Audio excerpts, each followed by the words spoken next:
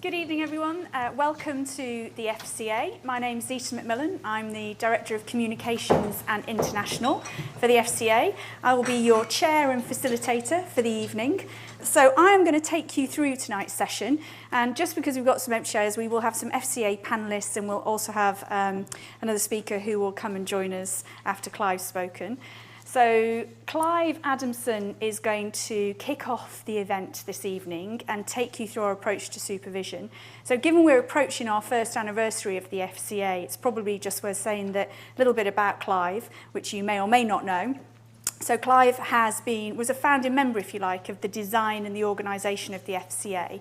So he has been part of the executive committee, fundamental to designing structurally what we're about, what do we care about as an organisation, what do we think we mean by conduct. And as the leader of one of the largest divisions with the most impact on each and every one of you, is a really significant member of the executive committee. He's going to blush now. And is also a member of the board of the organisation. So you have a good representative, if you like, a good voice within the organisation. The guides themselves, which you'll see afterwards, Clive will talk through, but we've taken an approach which acknowledges and worked through with the practitioner panel and the small business practitioner panel that not one size fits all in terms of how we approach supervision of firms. So you should see some differences and expect to see some differences between what we think happens in our approach to a C1 firm versus what we do to a C4 firm. And we think that's the right nature of how we work. So what we hope from this evening, and it will all go live on the website tomorrow, is that it will give you a chance to think about what does this mean practically for your firm, your organisation or your members if you're a trade association, and what can you expect from the FCA as a regulator in the coming months. So I'll let Clive take you through it.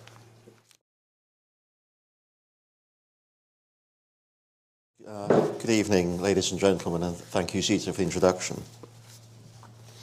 You may note I've got a packet of lockets on the table because I'm still recovering from a cold, so I'm somewhat hoarse tonight. So if I'm going to give up halfway through, I'll make sure my colleagues can take over from me. As Zita said, we're about to celebrate, as it were, our first anniversary as a new regulator on the 1st of April. So we think this is a good time, partly to publish what we call our supervisory guides, which, as Zita said, will be published tomorrow. And it's an important time for us because we're 1 year in. There's an awful lot that we have done in the past year. But we're also on the verge of taking on significant new responsibilities with the introduction of consumer credit, which we take over from the OFT on the 1st of April, and the formation of a new payments regulator within the FCA over the coming months. So while we think we have achieved a lot over our first year, we do think there are significant new challenges for us as we move into our second and third years and beyond. The purpose of publishing new supervision guides for the industry is to try and ensure that we are as open as possible at what our supervisory approach is. You may ask, why didn't we publish them a year ago when we first started, which is a fair question. But we felt we needed to get a year of practice in rolling out our new supervisory approach and model before we could fully articulate in a clear way, in a published way, what it should feel like. So we feel now is the right time to do that. As Zita said, they're being published tomorrow. And the idea of them is to put in one place, in one document, everything people should know, regulated firms should know about how we will supervise them. It doesn't provide all the answers, but we do think it gives firms sufficient understanding in a transparent way of what they should expect to experience from us during the supervisory work we do. So they are very important guides. But the guides only take you so far in terms of understanding what the FCA is all about. What I'd like to do for a few minutes, if I may, is to just take you through really what we think the FCA is about and what it's trying to do. And I think that the context that I'd like to talk about that is in the context of trust. I think we're all aware, and I don't need to repeat the history of events that have happened over recent and perhaps not so recent years, that I think we all recognise have impacted trust in financial services.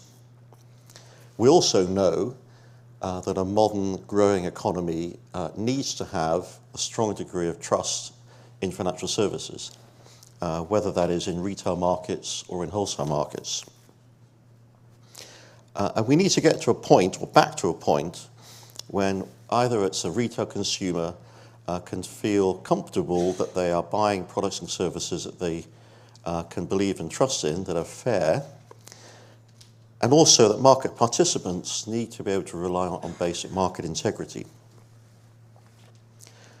You'll have seen since the financial crisis and some of the events in the conduct space what different jurisdictions have done around the world.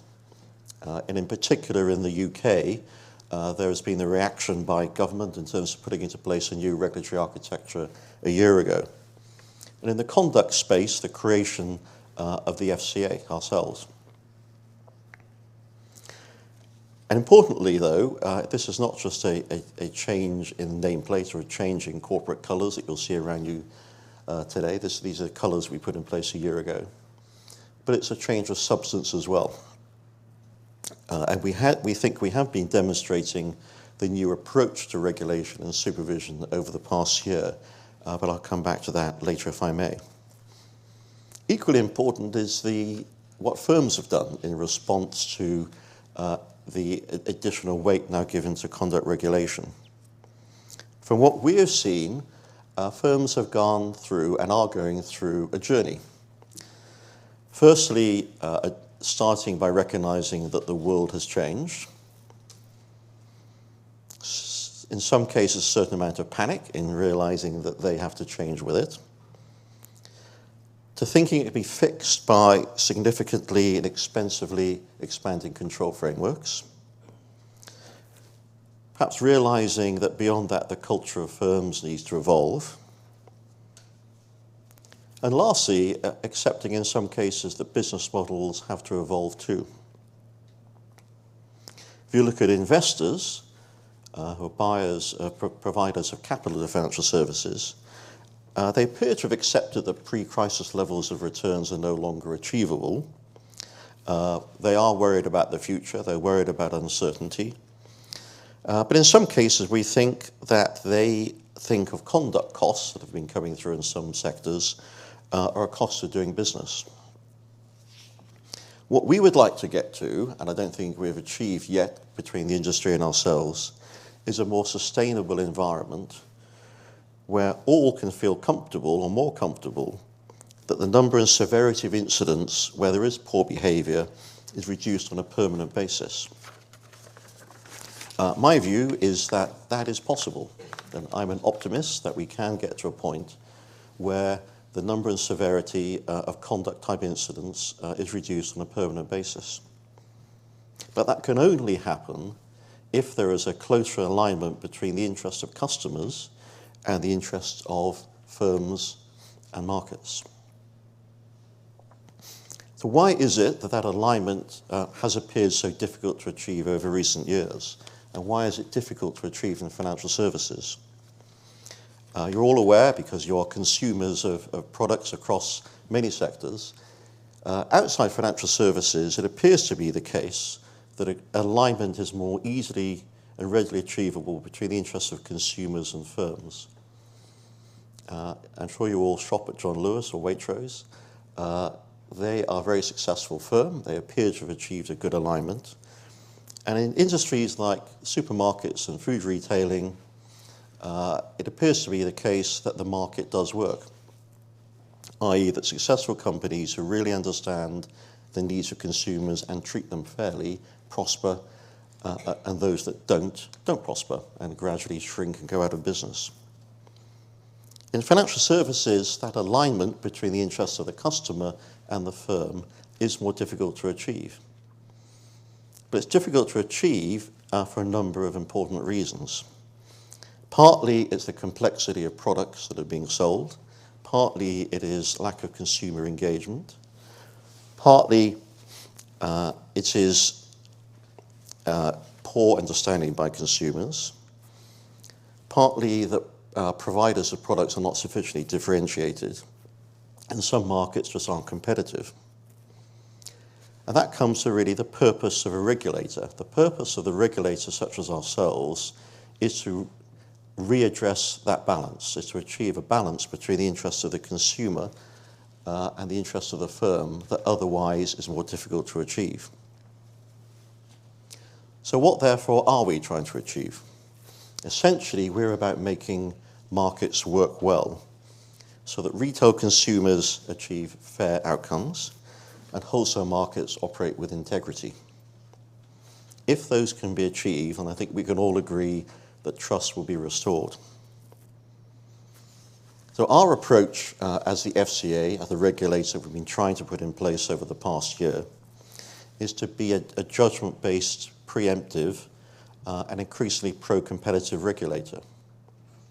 But all of those things are importantly based upon the principle we want to be outcome-focused. Now, what does that mean? So regulatory philosophy, as I'm sure you've seen over recent years, has coined various catchphrases. Principles-based, as opposed to rules-based. Intrusive, as opposed to light touch. Credible deterrence, as opposed to the governor's eyebrows. You might think all those are variations on a theme, but in fact they do encapsulate an important reality about different regulatory approaches. And that is as much true for what we will call our outcome-focused approach. What it means is we are fundamentally interested in what outcomes are actually experienced by people. And what we're interested in is then trying to fix the causes of what is leading to outcomes that are not or may in the future may not be fair. And that translates, therefore, directly into the regulatory model we've built. So firstly, not in any particular order, we look at markets as a whole. We do that through our market study work. We're essentially trying to work out, are there competitive features of the market that mean it isn't working properly? We look at sectors, where our primary way of looking at sectors and risking sectors is through our thematic work. And lastly, we look at individual firms. And at individual firm level, what we're looking for is, can we identify or can we understand the key drivers of potentially poor behavior?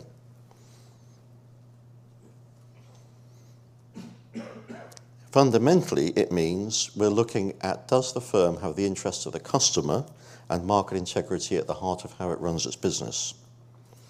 That means that our focus is on the business model of the firm, its culture and frontline controls, and it's less on the second line, third line control frameworks. So this focus on how the business is run rather than how it's controlled is a fundamental change in how we go about our supervisory approach.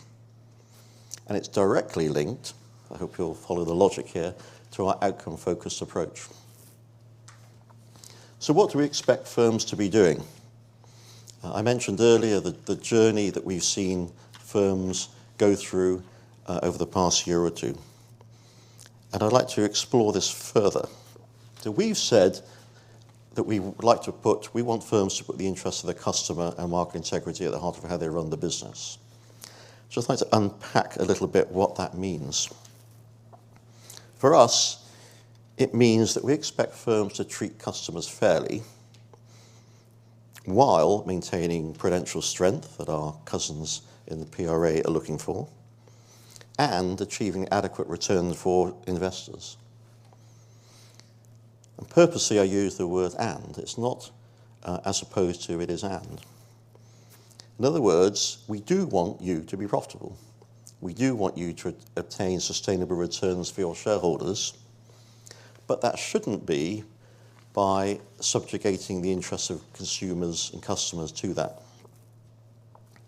In other words, we want you to achieve all three. But how do you ensure that customers are the heart of your business, and how do you achieve this balance on an ongoing basis between the interests of shareholders, perhaps employees, and your prudential requirements? So coming back to the journey that I've mentioned a couple of times in terms of how firms have reacted. Some have strengthened their compliance functions, Some have spent a lot of time in building the interests of the customer, consideration of the customer interests in their product governance, product design activities. Some have launched major cultural and behavioral change programs. Some have spent a lot of time trying to define conduct risk appetite. Some have changed incentive structures, both at the top of the firm and in the front end when they meet the customer. And some have been thinking about what all this means for their business model. It's not for us to be prescriptive about what the right approach is. But I do want to make some observations about what we've seen and what seems to me to be the key elements of an approach that may work. So firstly, I'd like to say that fair treatment of customers is not, in my view, something that can be reduced to a risk to be managed. That way leads to a tick box compliance approach.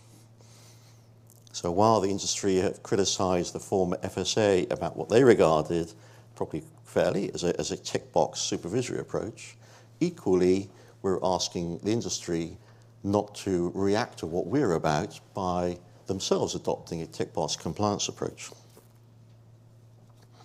In my view, that's very unlikely to result in fair outcomes for consumers. So while I support a strong three lines of defence model in firms, it seems to me that the conduct question is more a business model and cultural question than it is a control question. And the fundamental reason for that, and I'll come back to what I was saying earlier, is that fair treatment of customers and proper behaviour in markets are inextricably linked with how the business is run. Or in terminology that I've used before in speeches, it's about doing the right thing. So the business model challenges for firms is how to evolve current models into ones that are demonstrably safer from a conduct perspective, and to achieve delivering products and services that customers do want over their life cycle. We know that consumer tastes are changing. We know that the impact of new technology in the digital world is an additional challenge to firms. So thinking about those challenges as well as the challenges we're putting in front of you, we recognise presents a complex and challenging environment. I've mentioned a little bit about culture, and I'd just like to say a few more words about that. It is my view that having the right culture is absolutely essential for achieving good conduct performance.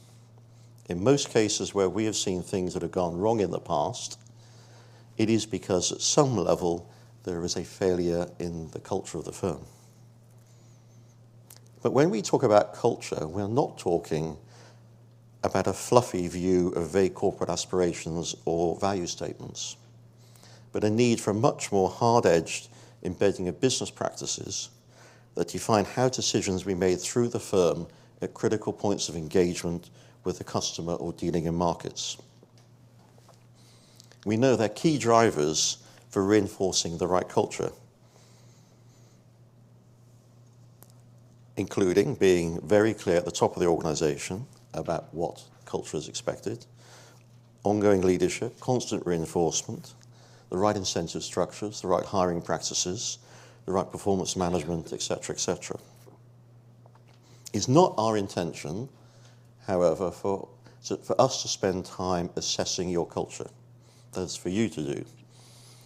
We will be thinking about joining the dots from observations we make and drawing conclusions about whether your culture is properly aligned with good conduct performance, but we're not going to spend a lot of time, because of fruitless time on our part, trying to chase down your culture itself.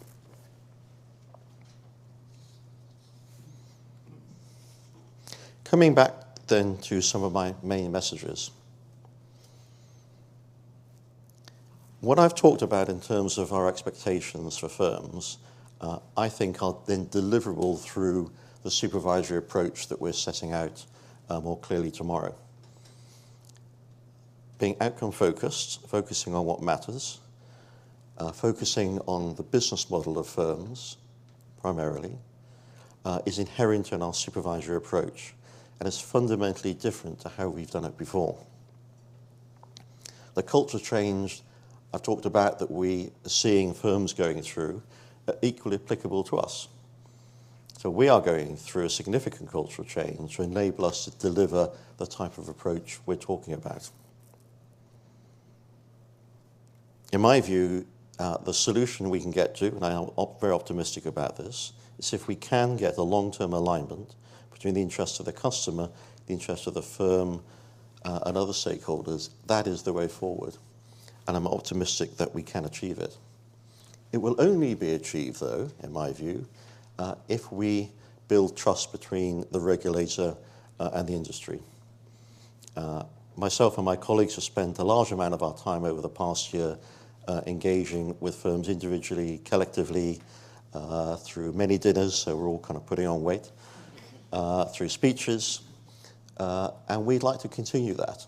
It's very important that we're a listening regulator and an engaged regulator to understand the journey you're going through, and we accept that this is going to take time to get to the point where we're collectively in a better place, perhaps, than we have been in recent years. So my message to you is that I look forward to the future. I'm very optimistic that we can achieve the type of future I'm talking about. It will be challenging. It is complex. But you can have my assurance that I and my colleagues will engage with you constructively as we go about building it. Thank you.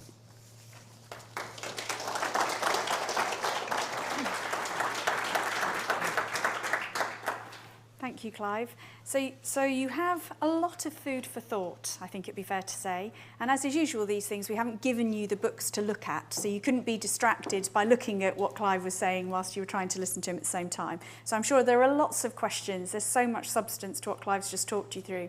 I can almost hear brains whirring while you're thinking about which really difficult question you could pose. So I'd encourage you to keep thinking about that whilst you are listening to our next speaker. So I'm delighted to welcome Robin Feith, who's the Chief Executive of the Building Societies Association, who can respond on behalf of his members, who I think do spread across all four of our conduct categories. So has a unique position potentially in his world to say, how does this actually affect the members of his association? A little bit about Robin for those of you who don't know him, and you can probe him in more detail about this over drinks after he's spoken. But he was previously, and some of you may know him from this world, the Executive Director of the Institute of Chartered Accountants of England and Wales, which I find easier to say than the acronym. So he joined there as Director of Finance in 2002, but has also been hugely well known in the industry and has held many senior positions. And don't hold it against him, but he spent the first 10 years at PwC, but then saw the light and came over to this side. So I'm delighted to welcome Robin to respond.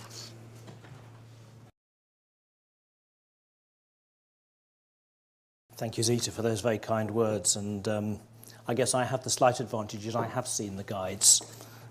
So I can't say I've read them from end to end, but I have seen them. Yes, I think ICAW comes off the tongue after lots of practice, or ICAO as the Europeans tend to call it. It's a great pleasure to be here this evening and to be asked to provide a response to Clive's presentation. And let me say at the outset just how much we welcome the publication of the supervision guides. You haven't seen them yet, but they are clear. They are straightforward summaries of the FCA's approach to firms of all sizes. And I think we should also particularly welcome the fact that each guide is relatively short, it's clearly written, and it contains some practical examples as well. Now, you may not know, but I only joined the Building Societies Association about 3 months ago, so what I have been struck with since then is the real sense of common purpose between the objectives of our members and those of the FCA. We're all deeply interested and committed to really good customer outcomes. And so whilst undoubtedly we will continue to have robust discussions and debates about detailed rules, regulations, approaches, initiatives, we should always be aligned around that common theme, that common purpose and objective of the customer being truly at the heart of our members' businesses. Clive spoke about the importance of trust and doing the right thing, with which we, of course, wholeheartedly agree. I want to talk briefly about three themes that we see as critical to the successful application of the FCA's role to supervision. Firstly, that we want to see a conduct regulator that deals not only with bad behaviour, but continues to recognise and promote good behaviour. Secondly, that we need a conduct regulator that acts in a clear, transparent, consistent and proportionate fashion off the back of plain, simple principles and rules with real focus on the actual customer outcomes. I'm delighted to see that the back of bureaucratic box ticking, as will our members be, I'm sure. We need also a conduct regulator that delivers its objectives at a reasonable cost. In the past, I think we can all agree that high regulatory costs have not always equated to effective regulation. Effectiveness always comes at a price, but that price should always represent real value for money for all concerned. So let me start with behaviour. Organisations in each firm systemic framework category, that trips off the tongue, doesn't it, will find the four new guides, I think, very useful. They present consistent regulatory principles and tools applying to the largest C1 firm through to the smallest C4, but setting out clearly the differences that firms in separate categories can expect in view of their size, organisation, products and scale of operations. This is especially important for the C3 and C4 firms that no longer have named supervisors.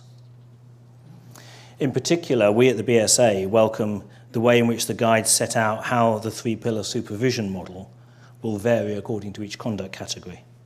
It's good to see conduct regulation that is clear, proportionate, and focuses on systemic risks that are most likely to have the greatest adverse impact on consumer outcomes. Although, of course, not a regulator ourselves, the BSA shares the FCA's objective that firms comply with conduct rules and treat customers fairly. And we will continue to work with the FCA on a number of formal and informal exercises designed to promote good retail conduct and consumer outcomes, and to achieve that permanent reduction in poor behaviour that Clive referred to. Whilst we may occasionally disagree with the regulator about methods, we and our members are absolutely at one with the FCA in promoting good behaviour and fair behaviour towards customers. And as Zita mentioned, of course, we have a very broad perspective on conduct risk. We have at least one member in each of the four categories. So we see the issues at national level, regionally, locally, from nationwide to the smallest building society, from complex, diverse business models to straightforward, traditional retail savings and residential mortgage businesses. Let me just turn to rules and principles. Because beyond the regulatory rules and principles, there's the whole legal, commercial, political and media universe. There are claims management companies, I'm allowed to mention them in here, some of which, of course, actually do genuinely help consumers find legitimate remedies, and some of whom do other things that perhaps we shouldn't talk too much about. There's the Financial Ombudsman Service that does a really good job for consumers and businesses, but of course isn't a regulator. We also have European law, which sometimes bears little relationship to our experience in the UK. So, for example, we've just gone through the rigorous mortgage market review, and we now have coming down the pipe the European Credit Directive on the horizon, which at worst could become a complicating exercise that jeopardizes rather than helps consumers, placing a question mark, for example, over self-build at the very time when it's being actively promoted by both government and opposition. As Clive said, the FCA will become a consumer credit regulator in a fortnight's time. It'll be faced with laws that whilst clearly intended to benefit customers, in certain areas are nothing more than box ticking with no discernible consumer benefit. It'll be a challenge for the FCA to square those parts of the Consumer Credit Act which have no real regard for consumer detriment with the avowed purpose and proper focus on proper consumer outcome. We've also had recent concerns about the Consumer Rights Bill. The EU sensibly carved financial services out of most of its broadly equivalent legislation. In contrast, despite its anti-gold plating pledge, the UK government has chosen to apply this piece of horizontal legislation to an already strongly vertically regulated financial services market. The unintended consequences that could lead to poor consumer outcomes, and these are already becoming apparent. Firms intent on exploiting complexity for their own ends will undoubtedly continue to try to do so. Responsible firms who focus on good consumer outcomes will increasingly be stifled by bureaucracy. And there's a real danger that the consumers will suffer because of the very measures that are designed to protect them. So together, regulator, the regulated, we trade bodies will have to navigate these minefields. With each overlying piece of legislation and regulation, the risk increases that we lose the transparency and proportionality that we're seeking. That process and procedure takes precedence over best actual customer outcomes. That the sector increasingly becomes unable to deliver the products and services that the consumers want and need. I guess I was struck by one comment from my early round of meetings when I first started with the BSA. One of the most frequent questions that consumers want to ask from a financial advisor is, what would you do in my circumstances? A question the advisor is pretty much precluded from answering because the script won't allow it. I'm sure we all recognise that our colleagues here at the FCA won't necessarily be in control of the complete agenda, but it would help if the FCA could explicitly recognise that more laws and more regulations don't necessarily mean greater consumer protection. Where you can bring simplicity to bear, we implore you to do so. And as importantly, where you have the opportunity to promote good behaviour and support innovation, rather than just prevent or punish bad behaviour, we actively encourage you to do that too. And so finally, to cost. And we all recognise it would be a nonsense for anyone in the financial services sector to think that, particularly after the events of 2007 and 2008, and the major scandals like PPI mis-selling, that we can or indeed should have financial services on the cheap. I say simply that high expenditure by regulators does not guarantee good consumer outcomes. Every change in regulation, every new data request comes at a real cost to the regulated firms.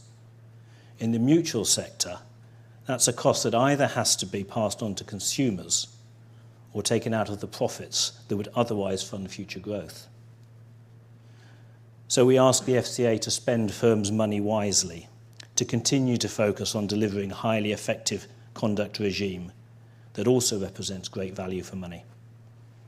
Going forward, in addition to the existing conduct market and financial crime responsibilities, as Clive mentioned, there are the three, I think you only mentioned two, Clive, but three additional jobs: regulating consumer credit, establishing a payment regulator, and becoming a competition regulator. In principle, we at the BSA welcome all of these developments. From our perspective, it makes sense for our members to have only two formal regulators to deal with. But it would be really unfortunate if such regulatory consolidation, which should naturally bring economies of scale, actually resulted in increased regulatory costs. So in conclusion, my underlying theme has been one of partnership.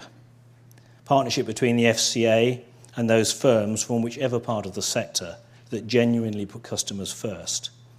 By genuinely, I mean in practice, not just in gloss and in TCF statements. And partnerships between those good firms and consumers. Let's move forward together. Thank you very much.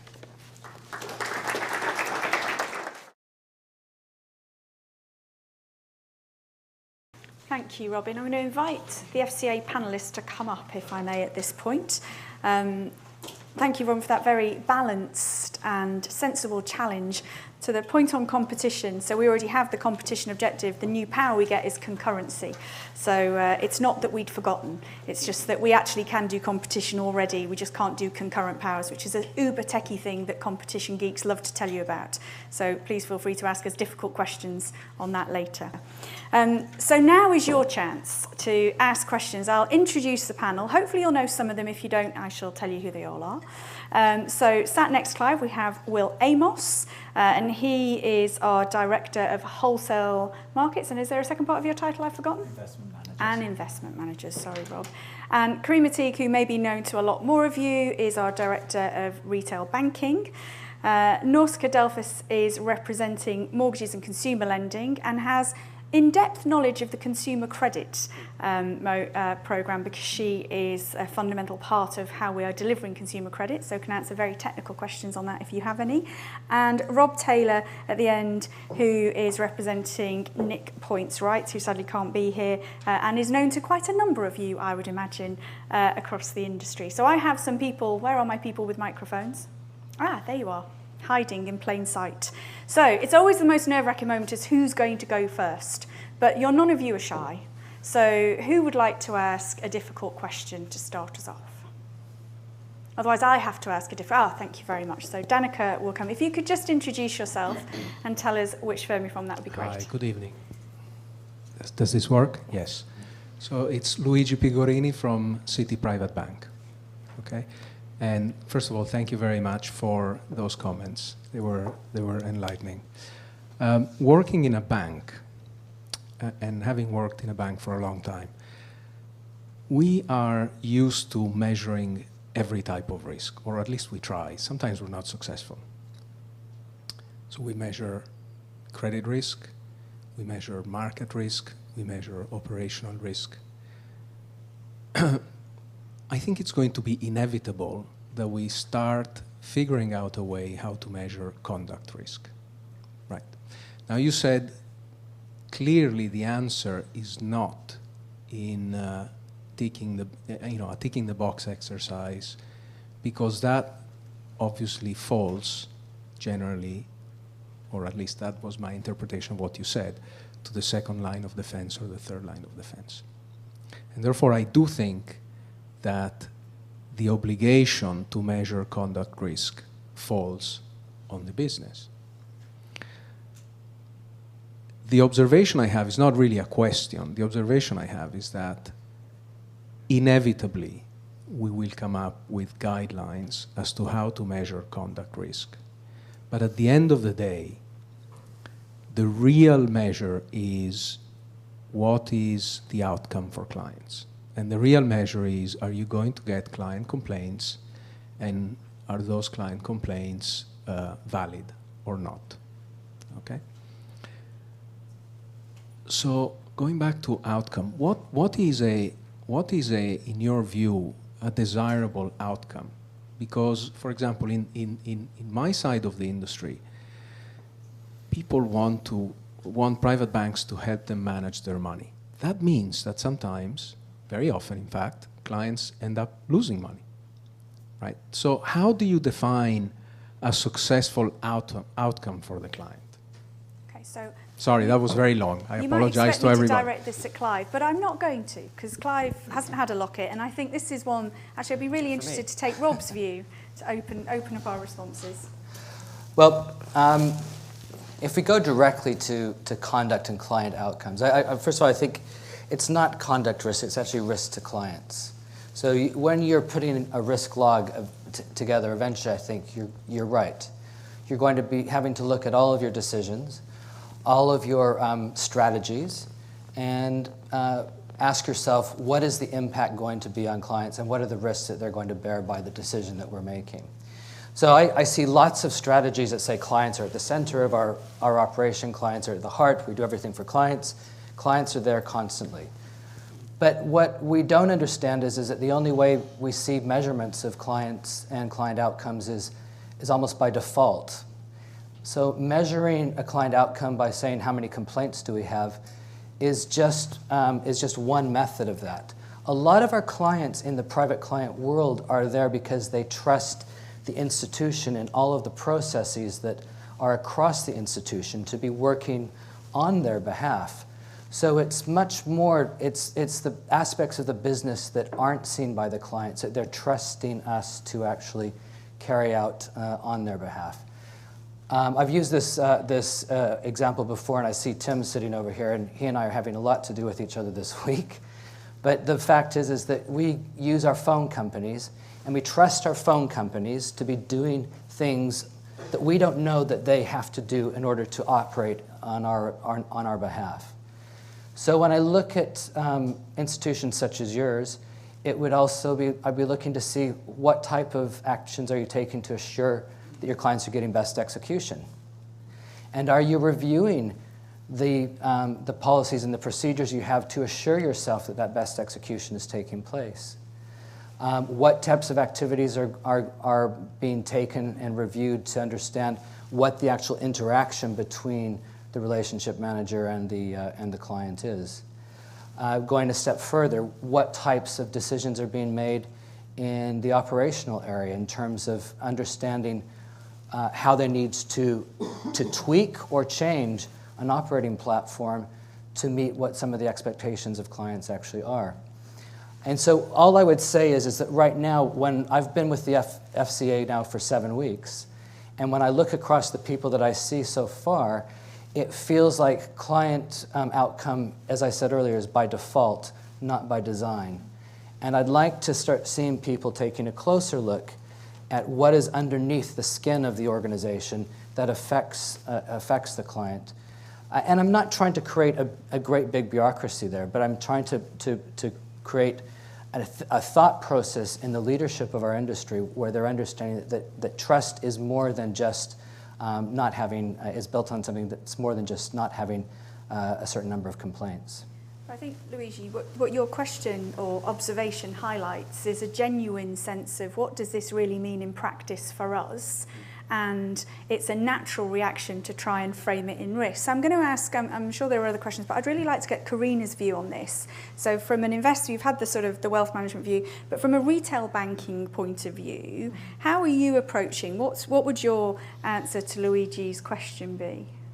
Well, first of all, I'd just like to say, when you're talking about loss, because you were mentioning about an investment and whether a client makes or loses money, we're not about no risk, no fail regulation. We're about making sure that, for instance, the clients that you're talking about are well informed. From a retail banking perspective, a question about what does a good customer outcome look like. If I could maybe give you an example which happened very recently.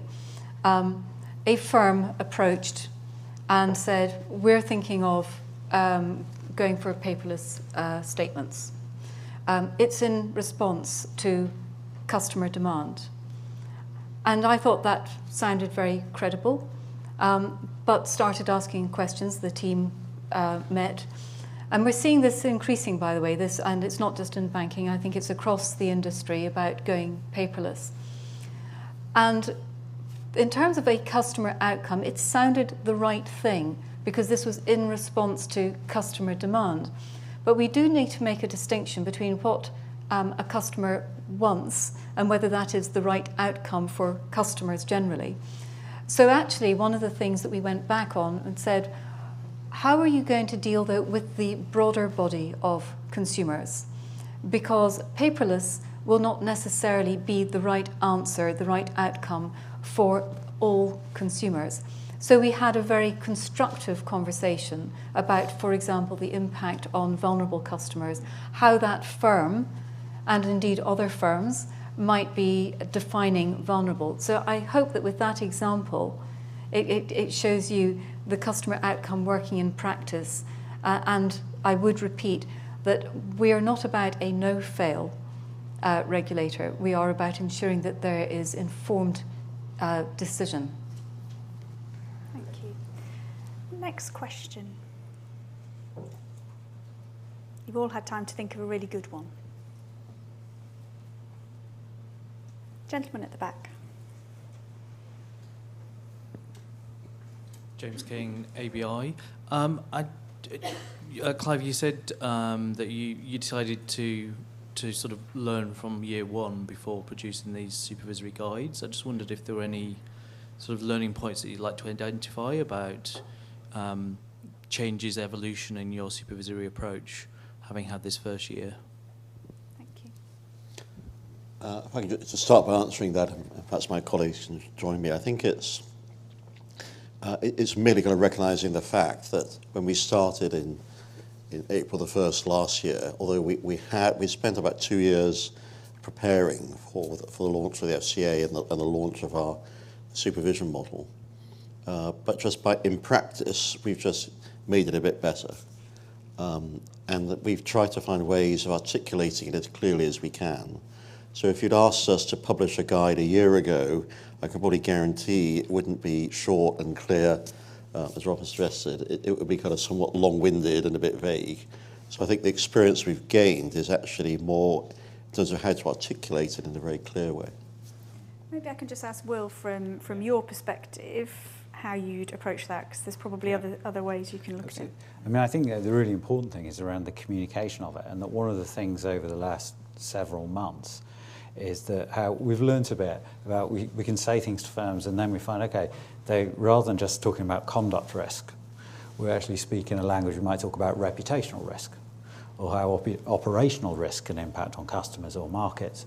And then we've got some feedback like, okay, people will get it at that point. And I think some of that's been reflected now in our approach. And that's reflected as well in the way that we go about supervision and the way that we communicate, the way that we let people know what we're looking for as well in terms of some practices that we're picking up that we like. So I think that's where we're moving on. And that will continue to develop. So this is really a sort of a foundation for where we are now. But we're still looking to evolve and develop and improve where we can. And part of that's based as well on you being honest in your feedback of us as we go through and letting us know, actually, we didn't quite get that. Is this what you're after? And then that allows us to be clearer the next time we come along to a similar issue.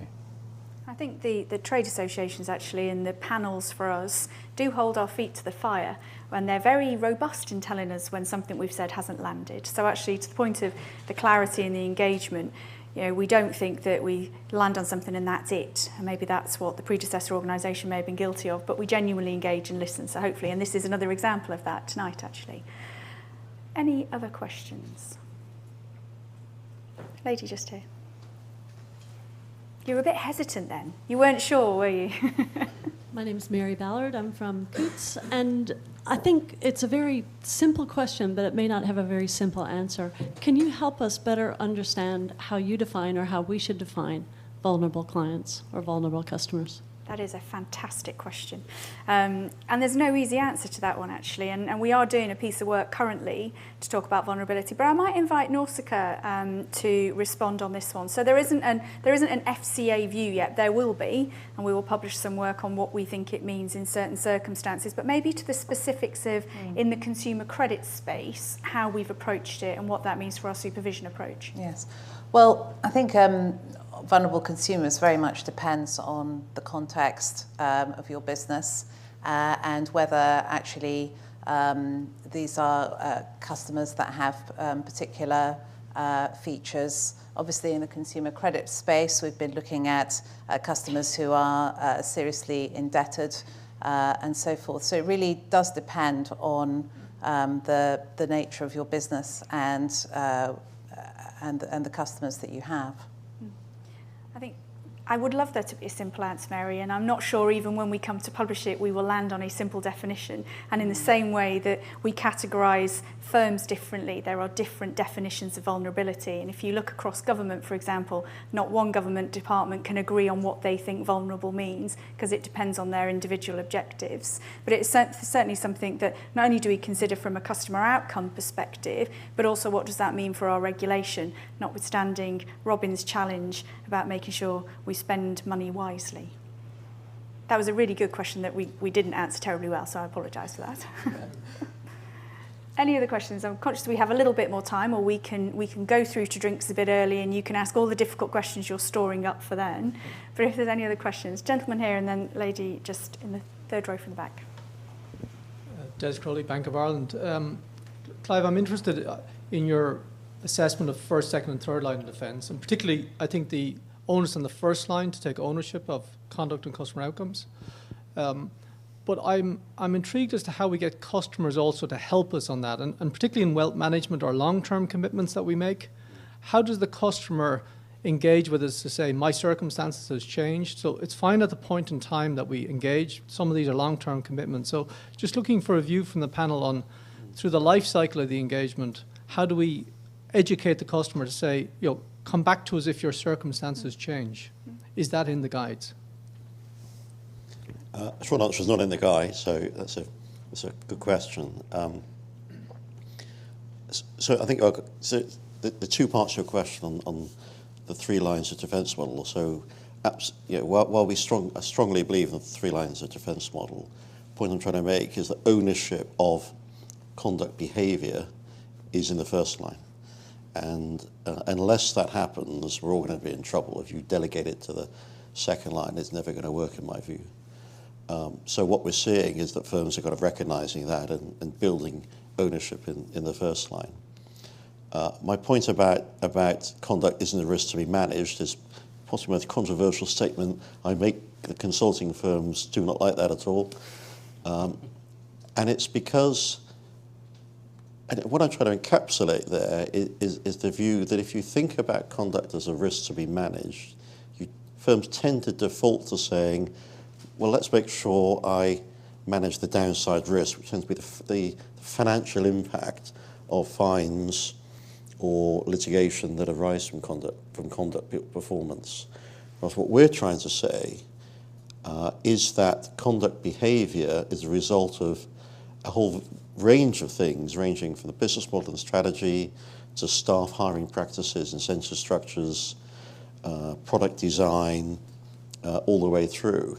So if firms define conduct risk as all of that, and that represents, as Robert said, the risk to good customer outcomes or the risk to behaviour in markets, that would be fine. But but the point of making the point is that as many firms who talk about conduct risk think about it more as the financial risk, the downside risk. I'd just ask Karina to come back on part two of your question, actually, just in terms of how do you keep, I don't know we've got a particularly good answer, and she might put the question back at you just so you're prepared. But Karina, to the question of how do you keep customers engaged and coming back so we know where they are in their journey, what's your view? I think it's a very good question, and it's something which I suppose even whether I'm speaking as a regulator or whether I'm speaking as a customer, if I've invested in a long-term product, I would expect the firm to be in touch with me on a frequency to be determined, I expect. And yes, I should think about contacting the firm when there is a change in my circumstances. I think there is therefore a double responsibility. But I think just because there's a double responsibility doesn't alleviate the firm from itself contacting. We are getting so much data now from customers that there really is, I think, very little reason why we can't identify when there are points in a customer's life when we might be in touch with them proactively. Even without that, though, I think for the product, we should be able to identify certain touch points that we would come back to them and say, how are things? Please would you confirm your circumstances remain? I think your question goes to the heart of where does the responsibility lie in that? And I know that there's a body of evidence and very, very, very varied views on that. So I know we have many discussions with the practitioner panel about which side of caveat emptor do you think we should be on? So I think there's probably a deeper, more meaningful question that sat beneath your question that we possibly haven't answered, but maybe that's one over a glass of wine. Lady just here, do you have a microphone yet? Good evening, Annette Hender from TaylorMade. One of the key challenges is that firms face is managing prudential requirements and professional indemnity insurance. Does the panel think that the PII market is effective in protecting clients when things do go wrong? Now, I'm looking at my esteemed panel. Oh, are you going to answer for me? That would be fabulous. Would you like to?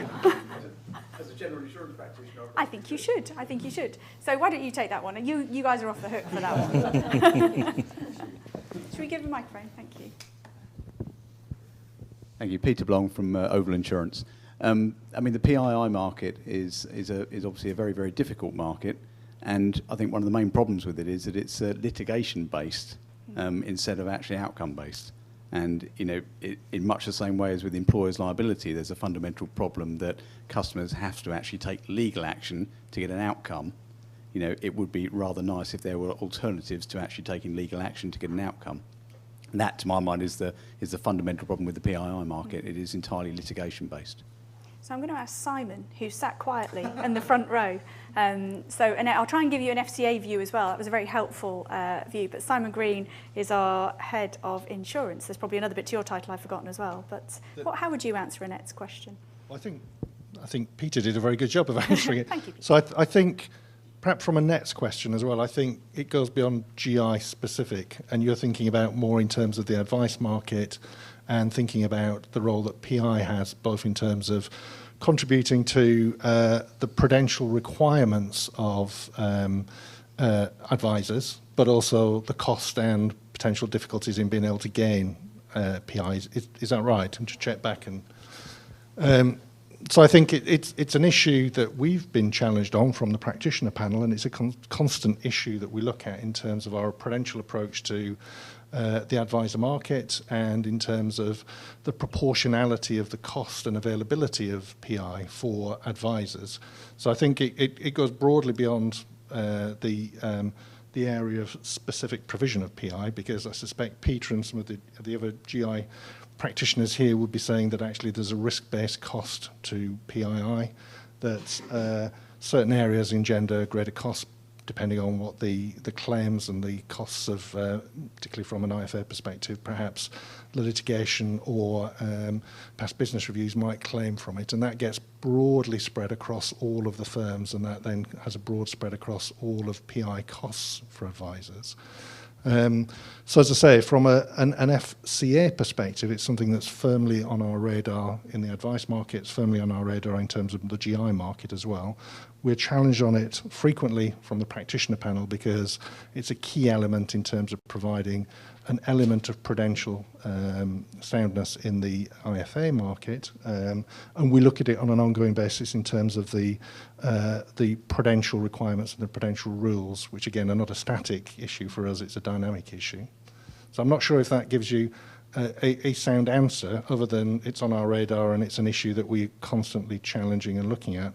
And it's from my perspective in the GI space, both from IFA markets or solicitors markets, it's something that we keep coming back to and challenging the GI providers around as well. So maybe if you've got a technical follow-up, Annette, you might do it when we break, other than a sort of more general view. Okay, thank you. Are there any other general questions before I let you loose?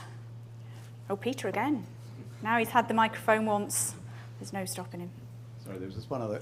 One of the things we struggle with is the fact that our second line of defence and third line of defence are often they've been trained in ways of the past, and trying to get them to actually, you know, I know I'll come away from tonight and say, great guys, look, we're moving away from tick box, but then we face the mountain of compliance people and internal audit people and, dare I say, professional advisors who are still steeped in the historical approach of tick box.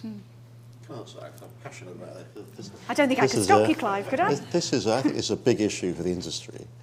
And arguably, the FSA caused the problem, arguably, because if the perception was we were a tick box regulator, that led to, in effect, this very large growth of the compliance industry.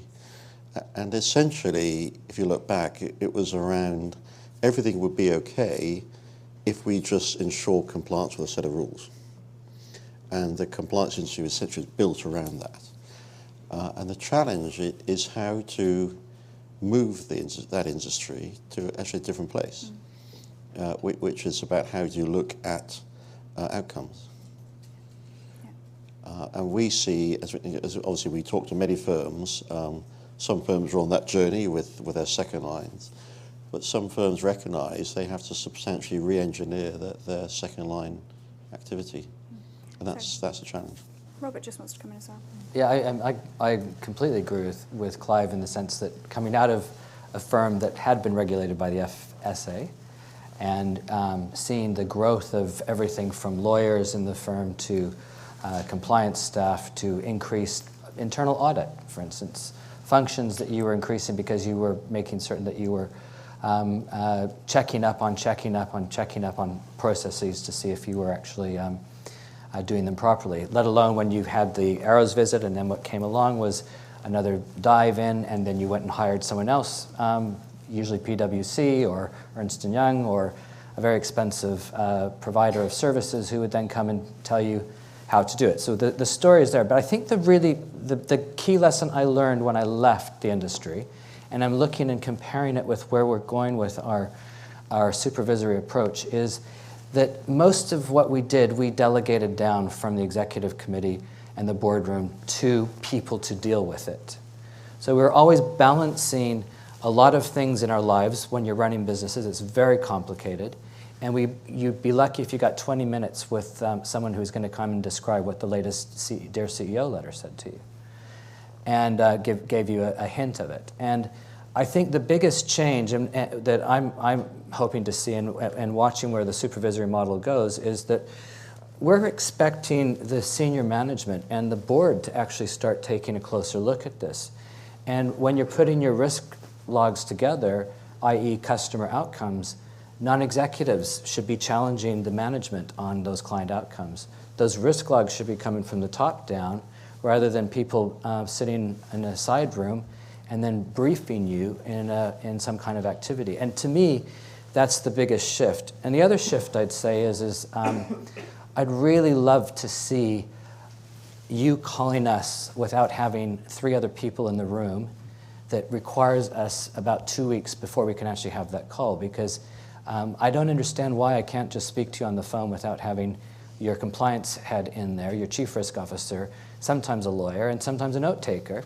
And then I feel like I have to man up and bring other people into the room as well, just to have a conversation that could be very simply occur if it was just amongst us. And it's up to us to do that now. We've created the situation, and now we've got to just sort of deal with this realistically and honestly. Thank you, Rob. There will be a few raised eyebrows amongst you listening to that, I'm sure. I got invited to go to a conference, actually, where I could learn all about the FCA's approach and its Arrow process, only this week. So I sort of felt, as the communications director responsible, I've probably missed a trick somewhere in letting those people know, people who are selling you courses, places on courses, that isn't how we work anymore. And they were delighted to tell me all about how we approach risk as well, which I thought was fabulous. And you pay for this. So there is a problem actually there. So I'm going to thank you all now, and we'll move through to just the area where you joined. I'd like to thank my panel. Thank you, Clive, and particular thanks to Robin as well. Many thanks for being here this evening. There are other members of the FCA about. I don't know whether your passes look different or whether you might just know them anyway, so do feel free to collar us and ask us any of the other difficult questions. But genuine thanks for being here this evening. We really do appreciate it. And you can give us feedback, actually, as we take drinks outside. Thank you.